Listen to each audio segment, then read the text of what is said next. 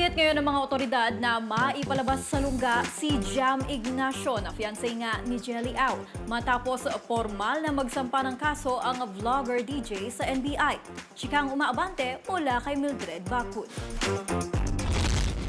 Hinahunting ngayon ng mga otoridad ang fiancé ni Jelly Au na si Jam Ignacio.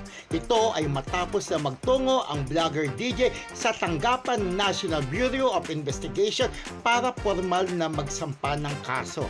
Nag-viral kamakailan ang mga larawan ni Jam na bugbog sarado sa loob ng sasakyan. Ayon kay NBI Director Jaime Santiago, inatasan na ang Violence Against Women and Childhood Division na aksyonan agad ang kaso. Nakatakda namang maglabas ng subpoena ang NBI laban kay Jam upang sumuko at ihayag ang kanyang panig. Ayon kay Jelly, selos ang dahilan kung bakit siya sinaktan ng partner. Lagi raw niya ngayong naalala ang ginawa ni Jam, kaya naman nananawagan siya na harapin ang reklamo. Walang kasing init ang chika. Ako si Romel Placete, ang inyong paboritong hot talker ng Abante Radio. Ito ang balitang mabilis, babangis, walang mintis.